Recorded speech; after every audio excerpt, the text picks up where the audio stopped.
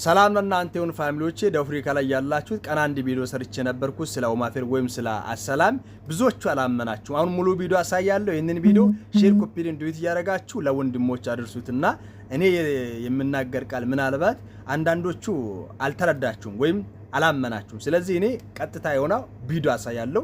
ቪዲዮን እስከ መጨረሻ ተከታተሉ። ሼር ኮፒ ሊንክ ዱት ማድረግ አይረሳ። ሐሳቤን በኮሜንት አስቀምጡ። The appeal from the High Court to the SCA. The Constitutional Court today. Junior Khumalo, thank you very much indeed for that report. Well, let's get the view then of the Home Affairs Minister, Dr. Leon Schreiber. He joins us now. Minister, good afternoon to you. Cases like this are always difficult. You're dealing with human beings, human lives. You're dealing with the law. We have to have the law around this. How do you feel about this judgment today? Good afternoon, Stephen, to you and your viewers. I think it is an important victory for our ongoing efforts to create a more rational, a more manageable, and ultimately a more effective and fair system to manage refugee and asylum seekers to South Africa. This is a case that the Department of Home Affairs led. We led the argument in November of last year and really appealed what the Supreme Court initially had ruled, which would have really created a situation where individuals have multiple bites at the cherry and where effectively you could abuse the system by constantly submitting new applications without regard to the fact that the original application had gone through a process and been rejected. So I think that this is a very significant moment. It also fits in with some of the other reforms that we are working on.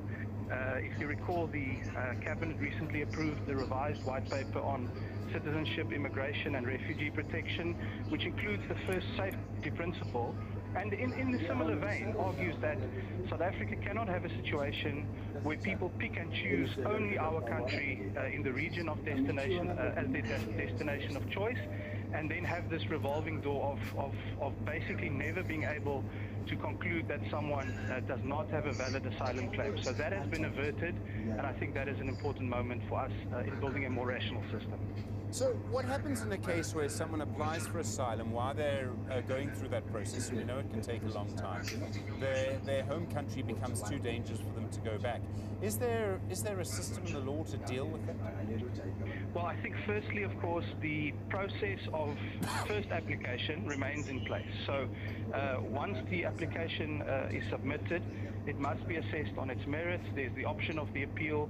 And really what we need to do is have a much more efficient system with more resources to reduce the turnaround times of those applications. So that's really a big part of the solution to your scenario, because it's premised on so much time elapsing that circumstances change.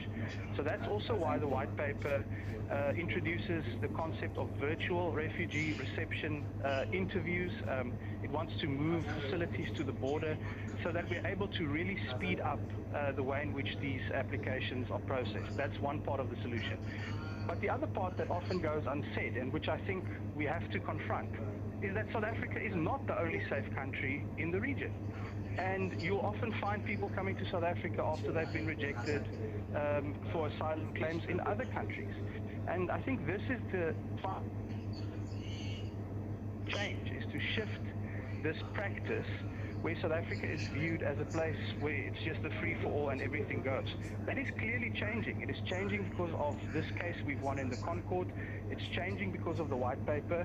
And yes, we continue to work on having more efficient processes so that we have quicker turnaround times and those kind of situations don't arise. Minister, you would have seen the protests against illegal immigrants, the March and March movement. There are one or two political parties that join them. There have been quite big protests in some places, sometimes with a bit of violence, unfortunately. We all know